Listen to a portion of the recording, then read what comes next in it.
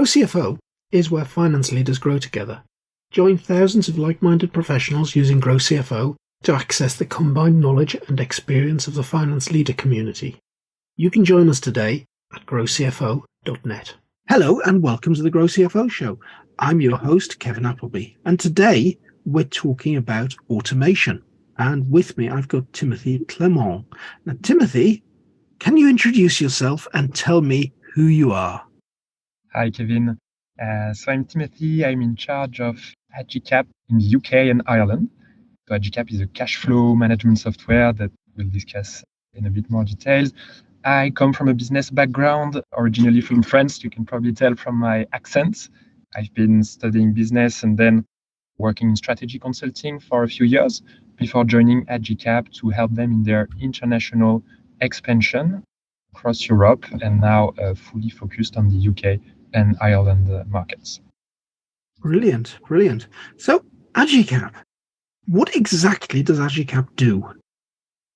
That's a good question. So Agicap was founded in 2016, so bit more than 6 years ago now, in France by three entrepreneurs who wanted to fight big pain point of entrepreneurs and finance professionals, cash flow management and cash flow forecasting. So today, Agicap is a software that automates and simplifies cash flow management, cash flow forecasting, but also accounts receivables and accounts payable management. So we connect to the banks, we connect to accounting softwares and ERPs to streamline the processes, to save time operationally, but also to be more impactful strategically to take the right decisions for the business. So, I've got my accounting system, which gives me, providing the data's up to date, profit and loss account, gives me the balance sheet. I can look and see who owes me money. Mm-hmm. But if I want to work out how much cash I'm going to have this week, next week, the week after, well, that's all in an Excel spreadsheet. So is the purpose of Agicap, therefore, to get rid of that Excel spreadsheet? Exactly. So today, our main competitor is Excel. It's exactly the purpose of Agicap. It's to sit in the finance stack next to the accounting software or the ERP software to manage cash flow, which today 95% of CFOs, CEOs still manage on a spreadsheet to understand what will be their cash position in 3 weeks, as you mentioned, but also 3 months, 6 months, 12 months, based upcoming investments, recruitments, but also evolution of the economy, which is an important topic today. So, Timothée, if you think about that, taking cash flow away from the spreadsheet and put it into a system, well, now, accountants love spreadsheets. You feel as though you're losing control if you take the spreadsheet away. Why would I want to put it into a system? So that's interesting. You want to put it in a system for more automation, reliability of the data, but also collaboration. Accountants, finance people may love spreadsheets, but their value and their impact is in the communication of this data with their CFO, their board, their CEO, their investors, in the end to make decisions and to make the business move forward. So putting this in a system, and don't get me wrong, the system is still flexible, very flexible, similar to Excel, enables to have reliable data, leverage connections of data with the banks, with the accounting system, with the ERP, and most importantly, to collaborate with multiple people. You don't have to save it. You don't have to store it somewhere to have multiple versions. Everything is in the cloud, secured, and ready to be used or read by the relevant stakeholders. Okay. So if I'm managing this with a spreadsheet, I'm in charge of the data that goes into my cash flow model.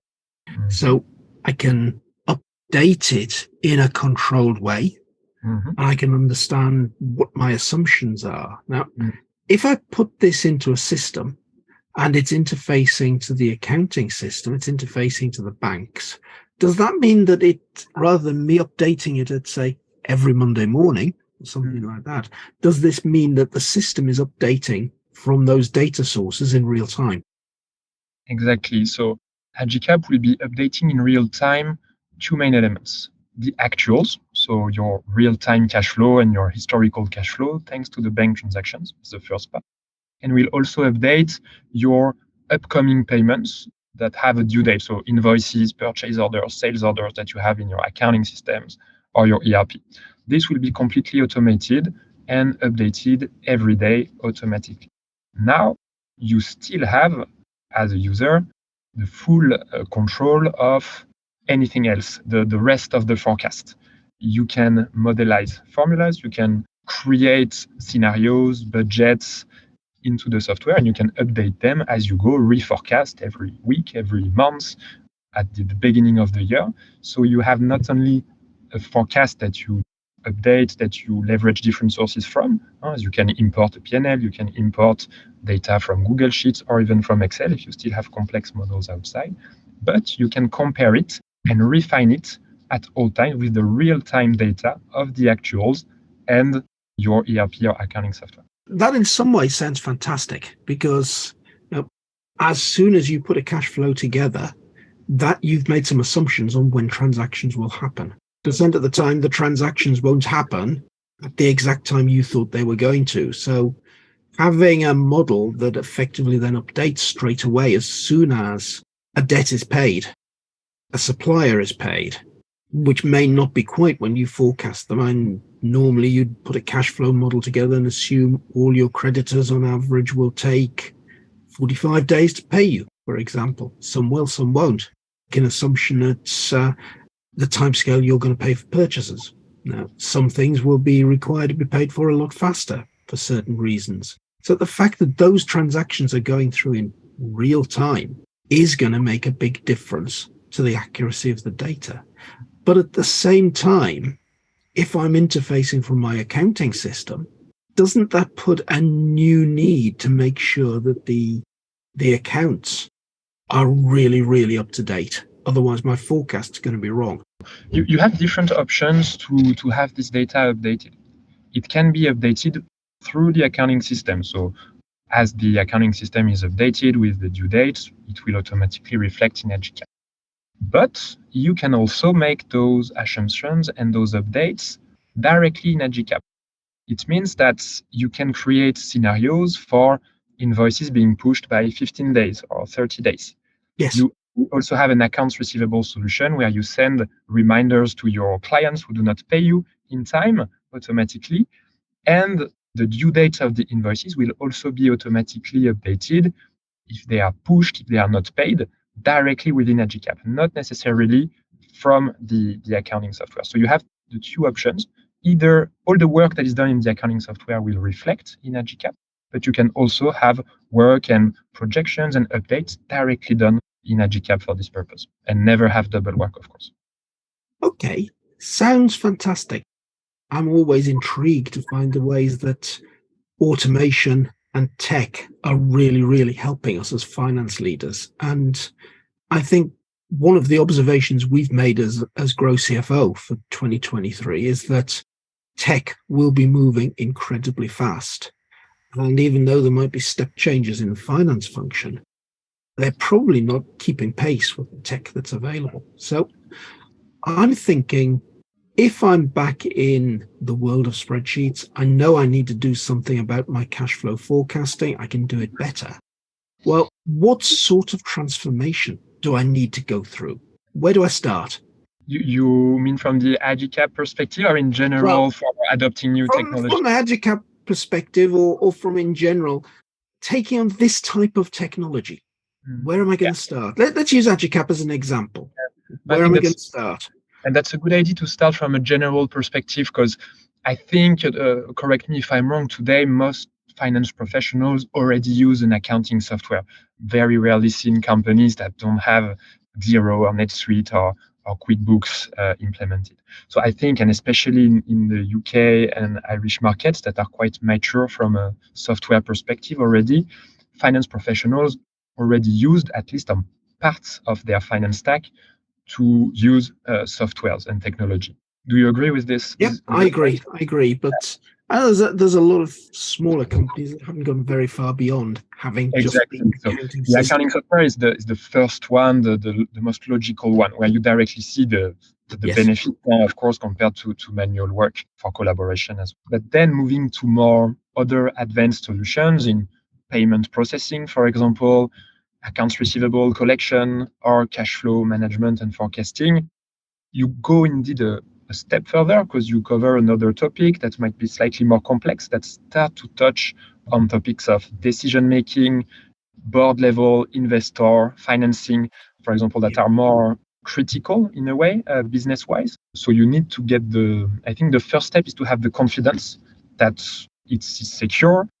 It will help you as a finance leader and the business overall. So I think the first step of the transformation is confidence. And this goes through word of mouth, understanding how other finance leaders leverage that kind of systems and understand that it works and that it helps them extensively. So first, the confidence. And second, the implementation as such, I think is relatively simple. In our case, what we find very important is to have a dedicated onboarder, account manager that helps the teams onboard on those solutions. We are not a self-service solution that you buy and then you have to figure out how it works, because it's an important topic with important outcomes for the finance team and for the business. So we will bring a dedicated account manager across 3 meetings minimum, but sometimes more for more complex setups, in live meetings, sometimes physical, sometimes online, to make sure that everything is implemented. The banks are connected, the other data sources as well. The forecast is built in a way that is efficient, dynamic, and until all the people involved, all the users, are comfortable on there is a part of confidence in the first step that we have to build in a relationship to make sure that everyone is confident to use this technology. And then a step of implementation and change management and to switch from an old way of doing things to a different way, and see in just a few meetings that this is not that complicated. And often we see very quickly from the first or second meeting the first benefits of the data flows, for example, or the collaboration. And it's easy to convince even the most reluctant person in the organization, which of course happens in all organizations for all kinds of topics. Yeah. So you would probably put the new system in place and still run the old system a little bit in parallel and compare the results? Some of our clients want to do it. It's quite not often. I think this is more in a case where the confidence is not 100% there. So we want to have a sort of test phase where we implement an Agicap, we keep the other way of doing things, then compare and make sure that we have the same results and that we can make the decisions, be confident, and move forward with the new way of doing things. But I've seen it maybe 5% of the times, and usually, because it's still quite straightforward to understand how things are built, and it's very transparent where the data comes from, what are your inputs, your KPIs, or your sources for the forecast. So as a finance professional, usually you will understand what those figures means, where they come from, depending on your sources of data, depending on how you build your forecast, because you have different ways of building your forecast. And usually you directly start using Agicap because you know where the figures come from. Yeah. So you've got an account manager from Agicap's side, but what resource would normally be needed from the business to make something like this work? From the client's perspective. Client side, yes. Very few. Usually, you only need the main users to be there in the meetings. Connection of the banks, for example, is super easy thanks to the open banking regulations. Yes. You just have to use your credentials in a secure way to get your data connected. Have a good clarity from the decision makers, so the CFO and the CEO, on what they want to achieve with Agicap. I think that's the most important. Like, what do we want to achieve from this onboarding? Do we want details, like a very detailed and very precise view of the cash flow? Or on the contrary, do we take a direction more of long-term and a high-level vision to take decisions? Sometimes it can be two completely different ways of managing and forecasting cash flow. So we try to align on this at the beginning. What's the success? What constitutes the success of this? So I think that's very interesting on any sort of automation that you're going to implement. Be very, very clear to start off with. What do you want from this? Exactly. What result constitutes success? And something like this, putting a cash flow forecasting system in place, is relatively simple compared to some finance changes you can have. And certainly my experience with some of the bigger, more complex ones is that as the implementation goes on, you'll get bogged down into the sheer challenge of making things work. Yeah. You put in a lot of hours because an interface doesn't work properly. An API doesn't produce what it's supposed to do. The output from the system isn't quite what you thought it was going to be. And you spend a lot of time fixing stuff. And then suddenly, after all this effort to fix stuff, it works. And you draw a deep breath and say, great. But you forgot why you put it in the first place.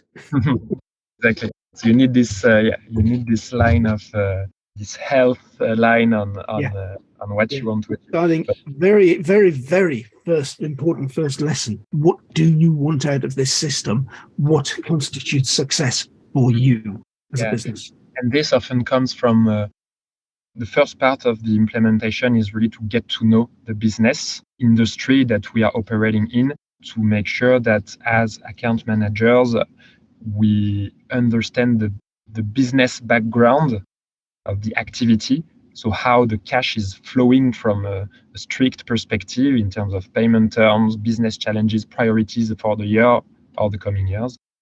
So based on this business understanding, we align then on what makes most sense to achieve with Agicap. Is it detailed analysis, or is it high-level decision-making, or somewhere in the middle? And then we run through the implementation. We are lucky in the UK, in Ireland. The UK and Ireland, especially the UK, are the trailblazers for open banking. So the bank integrations are super stable, and the same for the accounting integrations. The data flows are super reliable. So the onboarding is on this part, the technical aspects is super easy. And then it saves more time to cover the business topics and what we want to achieve from finance or business perspective. So with this sort of system, Timothée, how many users would you expect in a typical organization? That's a very good question. So we could take the example, I don't know, of a medium business, maybe of, 20 million of turnover, and let's say a finance team of... Seems fairly typical of some of our Growth CFO members. Yeah. A finance team of about 4 or 5 people, for example, in this business. So initially, Agicap was mostly directed as, let's say, in this context of 5 people in the finance team, maybe 2 or 3 users. So the CFO and 1 person, which can be either an FP&A or controller, for example, to do the day-to-day work on updating the forecasts, looking at the bank positions, the bank balances. The CFO looking at the scenarios, the global reporting, and leveraging also the presence of the CEO to collaborate and take decisions based on this real-time updating data. That was initially. Now, Agicap starts to also cover other parts of the finance team through accounts receivables and accounts payable. So initially, it was mostly focused about cash flow monitoring and cash flow forecasting, so more of a strategic or analysis topic. Yes.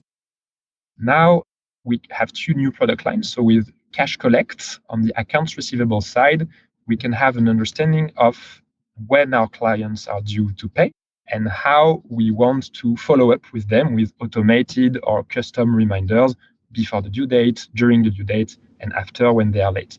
So that's a part where other users will contribute on accounting or AR side, and also accounts payable to scan, for example, verify invoices, and very soon as well, process payments directly from Agicap. So more from an operational perspective. Okay, so that means that from an accounts receivable perspective, you probably want users in that area as well. Would those typically be finance people, or would you start seeing this type of app spreading outside of finance, maybe more towards the sales team? It could as well. So that's where you decide who are the users, and depending on the organization, some organizations are more finance oriented for the cash collection process. Some are more sales oriented, because it's also often the responsibility of the salespeople to make sure that their clients pay them. So indeed, then you can spread to a larger wide of users. Same on the payable side. Main users would be from the finance team, but you can have people in the business in all departments that can, for example, verify and validate payments of invoices or expenses. So when this system's running, is this running in a browser, or is it running on an app? Yeah, so that's a browser directly accessible, usually from Google Chrome. It's the browser that we recommend, and hosted on a cloud platform. Okay, so this is completely cloud solution. Completely. So that therefore, does that mean that you really ought to have an accounting solution that is cloud-based to maximize the benefit? So it's true that you maximize the benefit with the cloud-based accounting solution, because that's where you will get the API or the most seamless way of integrating the data. But of course, we can also integrate data in other ways. So if you still have a Sage 50 or Sage 200 on-premise software, it's fine as well, because we can create custom import modules where you just drag and export into Agicap, for example, for invoices. We have other slightly more sophisticated ways, I will not go into details, to automatically create links thanks to servers between an on-premise software and Agicap. And you have always means of importing. So even if you keep working on an Excel for some topics, for example, a big staffing wage forecast, you can import easily this data manually or through a SharePoint server or through Google Sheets, which is also something. But there are a lot of different ways for your type of solution to manage to pick up data. But I suppose you start looking at things and saying, well, hang on, if you aren't using a cloud accounting system, well, there are going to be more and more things that it'd be useful to have a cloud accounting system to support. Yeah, it's true. And that's also linked to what you were mentioning, 2023, 2024, the penetration of cloud services is growing at a very fast rate. And it's logical that finance teams will benefit more and more from cloud solutions. Even all the on-premise solutions some are shutting down completely, transferring to cloud themselves. So it's for sure teams will benefit. Now it's also, I think personally, not urgent, and all organizations have to take their time to make sure that everyone is aligned and they achieve the right outcomes. And you can still manage even with Agicap in those contexts. So I've got a cash flow forecast that I've put together, and that data in that forecast could be pretty commercially sensitive. Yeah. If it's sitting on a spreadsheet, I know that I can potentially lock it down with a password so nobody else can get in there. And I know that I can guard it by making sure my desktop and my laptop is secure and so on. Mm-hmm. Now, I turn and now rely on a system that's in the cloud, and I've got some very commercially sensitive data in the cloud. How can I be sure, Timothy, that is still secure? Agicap, and I think in general, cloud solutions today are much more secure than an Excel sheet.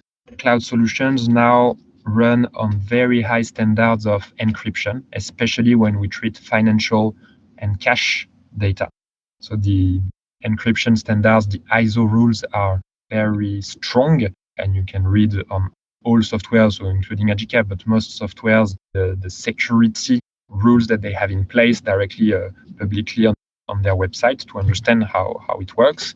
So the encryption goes very far. Everything is, of course, protected by first a password, but now more complex ways of authentication. You all know two-factor authentication with the phone and email, and now even more sophisticated like Octa-type, I don't know how it's SSO logins, which are also getting possible across most cloud solutions to make them even safer than they were before. And here we go back a bit to the topic of confidence. And I think it's very important to communicate and to find out also when you buy and start using a software, what are the security standards behind, so that everyone is confident in using this data. Yeah. So that's, if you're going down the route of any sort of extension to your accounting system, that's a very good question to ask, is how secure is it? Yeah. Absolutely. Yeah. So I think we've got some interesting points at this stage. Well, we've been talking Agicap for cash flow, but we've been talking automating and extending your accounting system in general. So number one was, why are you doing it? What do you want the result to be? Be very, very clear up front. Number two was about, well, making sure the resources there from both the supplier side and your own, say, client side to do this, to get it in place, to make it work properly. Third one we've just mentioned is make sure that we've got it secure, make sure we've asked the right questions about data security. And my personal view is that actually cloud is a lot more secure than Excel spreadsheet. You can lose your laptop. There are plenty password cracking bits of software out there on the web. I don't think Excel is very secure at all.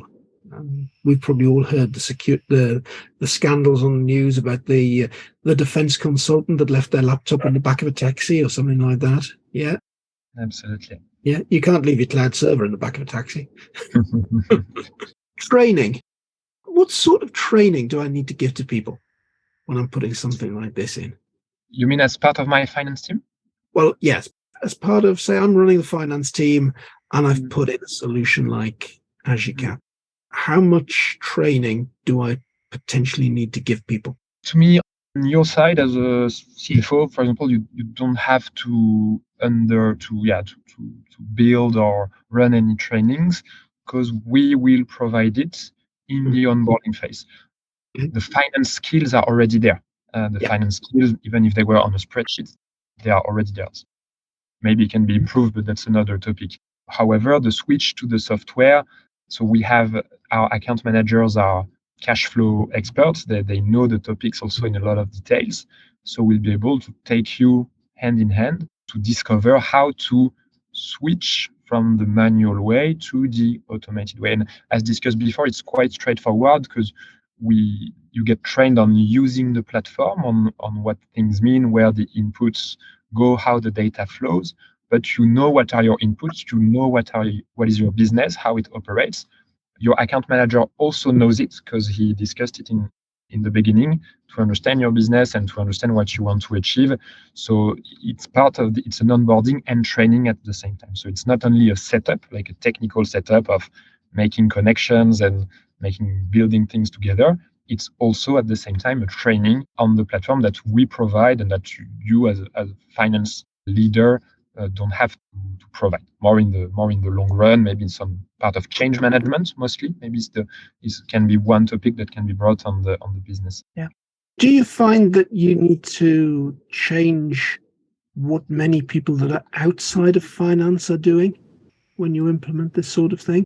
Not so much. I think that's also what makes it simple. Cash flow is quite pure finance topic. The most interested person that often also is involved as a user and onboarded on the platform is the CEO. As cash is king, that's what most decisions are based on in terms of investments, financing, a key topic for the CEO. So I won't say there are much to change. The CEO knows the importance of the topic.